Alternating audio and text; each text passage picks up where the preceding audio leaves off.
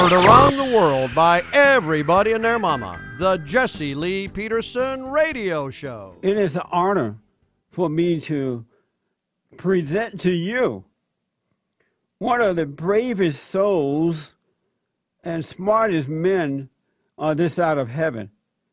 Judge Roy Moore is with me, and he is Chief Justice of the Alabama Supreme Court.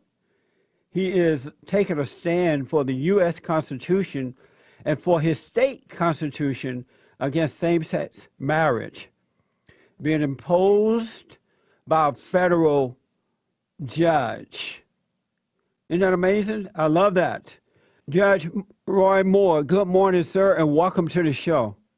Good morning, sir. Nice to be with you. You are one of my favorite heroes, and when I grow up, I want to be just like you.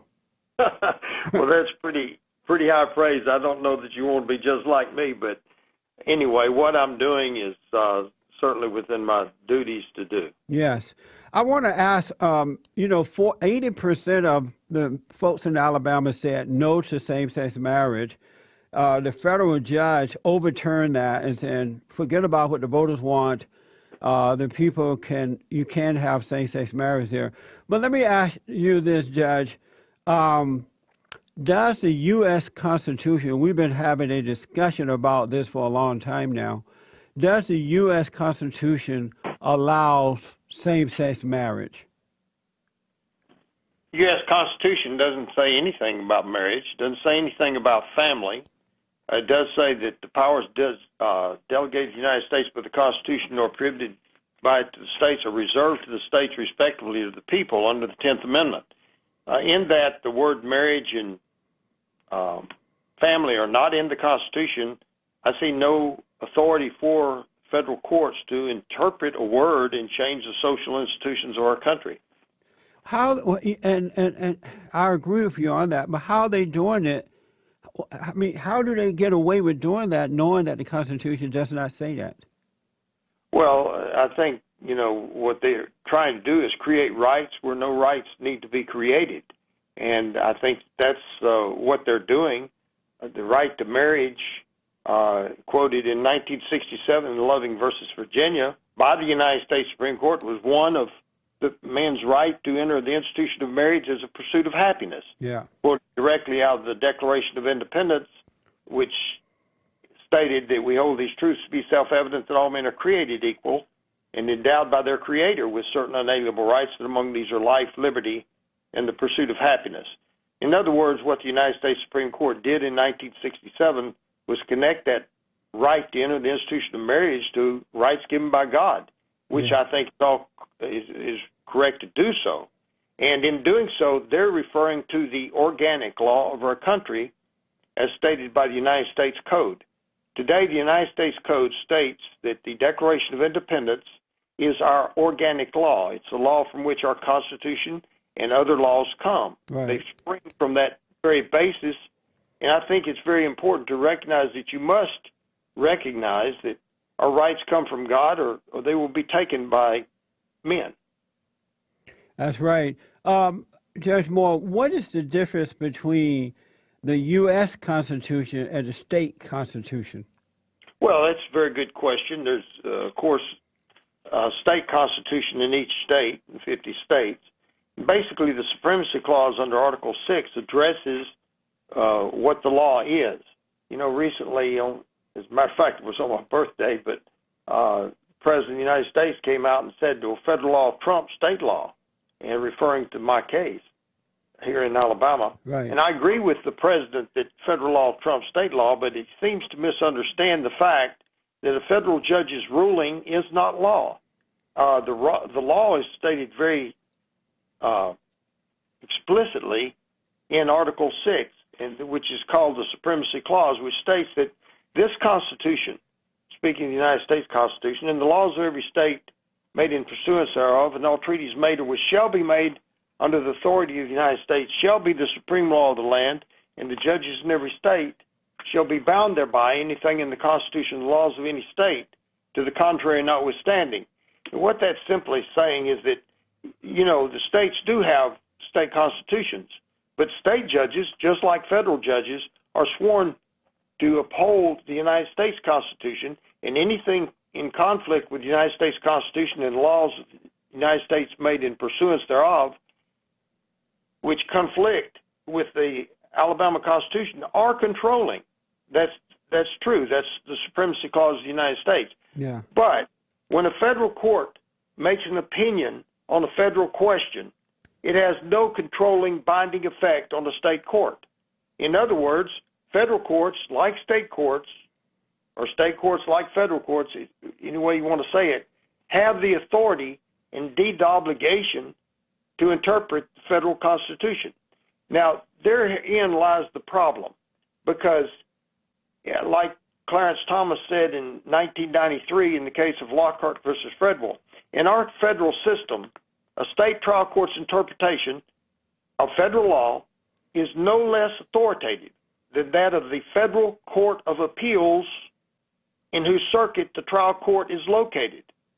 That was true in 1993, and it was true back in 1974 when Chief Justice William Rehnquist in the United States Supreme Court of Steffel versus Thompson said this. He said, although the state court would not be compelled to follow the federal court holding, the opinion might, of course, be viewed as highly persuasive. And if you look throughout the United States and the federal courts of appeal of the state Supreme Courts, you're going to find the same proposition. State courts are not bound by federal courts. Yeah. And in fact, as late as 2013, the United States Supreme Court said in Johnson versus Williams, the view of the Federal Court of Appeals do not bind the California Supreme Court when it decides a federal constitutional question. So what happens when the federal court rules one way, as it did here in Alabama, right, and the state court would rule another way? For example, on the question of the sanctity of marriage amendment to our Constitution, it was anticipated that when you have dual sovereignty in the state court and federal court systems, that there would be occasions when there would be a conflict between the two courts. The Florida court in Kidwell versus State in 1997 said the remedy is simple. The United States Supreme Court can eliminate the conflict by simply taking up an appropriate case for review. As you know, the United States Supreme Court has taken up the question of whether or not the states can maintain a sanctity of marriage amendment, or right, an amendment which forbids same-sex marriage. That case is pending before the United States Supreme Court. They've accepted the question, and they will begin debating it in April and probably reach a decision in June. So what happens when a lower federal court in Alabama, in the Southern District, comes across and tries to mandate to the entire state court system of Alabama that they must declare their constitutional amendment unconstitutional? Well, it simply contradicts the fact that she has no authority to do that. Amazing stuff. Let me take a quick break, Judge. When we come back, I want to know, I know that 80% of the folks there in Alabama voted against same-sex marriage back in 2006. What's happening with that on this day? 888-77-JESSE. Back in a moment.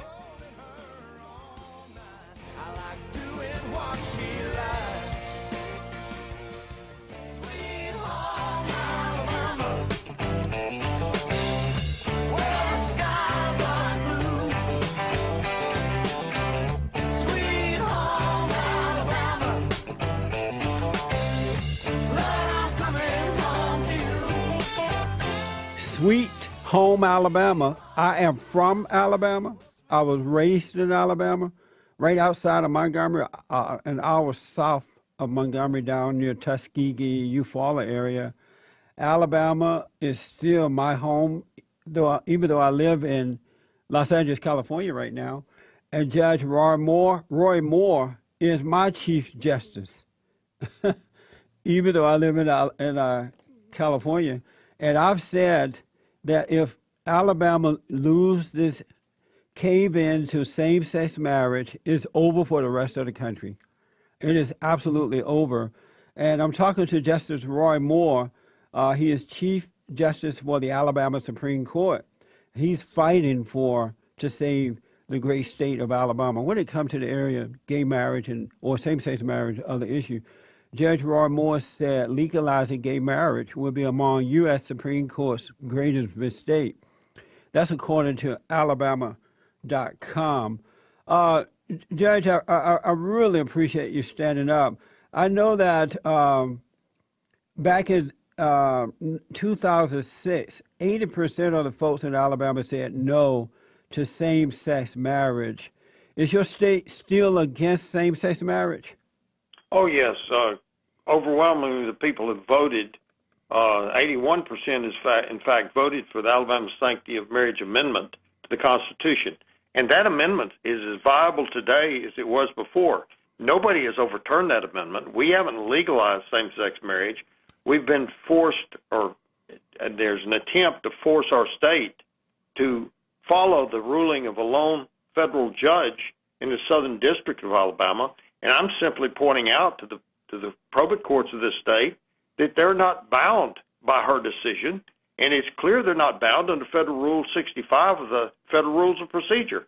They were not joined in her court, and she has no power or authority to enjoin them from doing anything.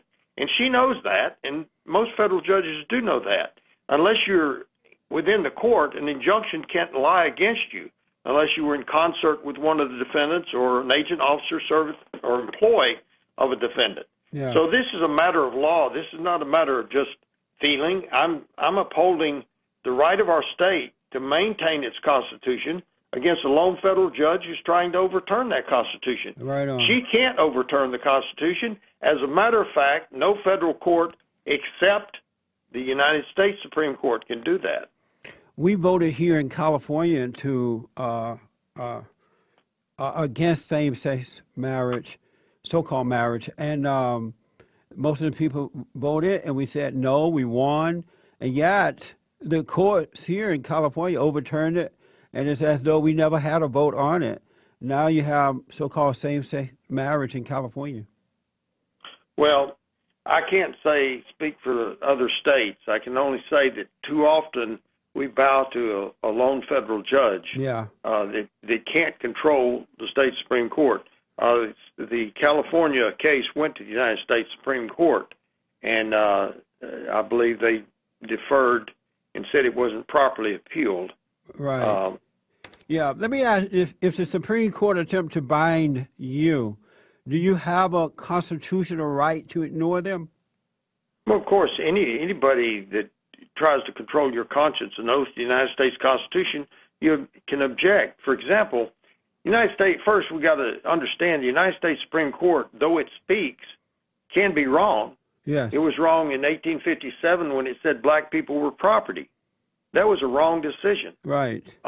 In fact, one justice, Benjamin Curtis, I believe he was out of Delaware, said this. He said, when a strict interpretation of the Constitution is abandoned and the theoretical opinions of individuals are allowed to control its meaning, we have no longer a Constitution. We're under a government of individual men who for the time being have the power to declare what the Constitution is according to their own views of what they think it ought to mean. And that's exactly where we are today. When the United States Supreme Court takes up a case of same-sex marriage and declares that they feel the country is ready for it, they're not ruling by law, they're ruling by their feelings. And what happens in 10 or 15 years or 20 years or maybe even 5 years if another set of justices take up and want to redefine family to mean whatever they think it ought to mean? Then we have no longer a Constitution. Our rights coming from God expressly in the Ninth Amendment of the United States Constitution, it states that not all rights are listed in the Constitution. Marriage is not listed in the Constitution. Right. And neither is family. And if it's not listed under the 10th Amendment, it can't be controlled by the federal court. In fact, the Ninth Amendment said this: the enumeration in the Constitution of certain rights shall not be construed to deny or disparage others retained by the people. This is a right retained by the people, and federal courts have no right to interfere with it. Yes, we have about 3 minutes left here. You said, and I quote, I was waiting on others to take a stand. They did not. They would not, quote unquote. what other officials could have taken a stand before you did? Well, anybody in state government could take a stand, and anybody in federal government could take a stand. Basically, our Constitution in our state has three branches, as does the federal Constitution: executive, legislative, and judicial. I would have hoped that the executive officer of the state or executive officer of the country would have taken a stand to forbid what was happening in Alabama. And since nobody else did, I had to assert that this is what the law said. Right on. State courts are not bound by federal courts. And if there's a dispute, only the United States Supreme Court can settle the difference.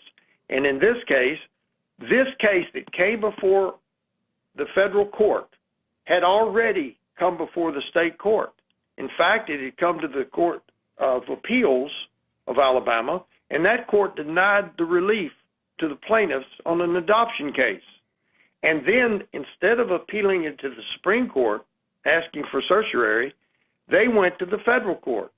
And under the Rooker-Feldman doctrine in the courts, which is basically a case out of 1932 and 1963, something like that, they said that you can't use the federal courts as an appellate court over state final decisions, but that's exactly what they did. And this judge did that, and for that reason, the case actually is on appeal to the 11th Circuit as we speak. Why do you think the governor of Alabama would not take a stand on this issue? Well, I can't speak for the governor. You'd have to ask him. He won't tell me. And I see that happen around the country too. You know, I can tell you what he said. He said that it was because it'd be embarrassing to our state, and it would hurt getting jobs for the people. Oh my God! But you know, I'm telling you, when we give our rights because it's lucrative, then we'll end up having no rights. Yep. And our money won't do us any good anyway. So basically, throughout the country, whether it be in California, as the people of California have stood up for their right to traditional marriage, we've got to preserve that basic institution. It's not a question of equal protection of the law. Every person has a right to marry someone of the opposite gender. That's always been true. Right. That's equal protection. You can't extend equal protection and say everybody's got a right to marry anybody they want to, because then you can say Charles Manson had a family, and we got to recognize that family. That's right. You know, Judge, just for the record, Robert J. Bentley is the governor in Alabama. Let me tell you this. I'm Jesse. I am a conservative Christian Republican. If you need me to come and stand with you, you have somebody call me, and I'll walk to Alabama and stand with you. You're doing the right thing.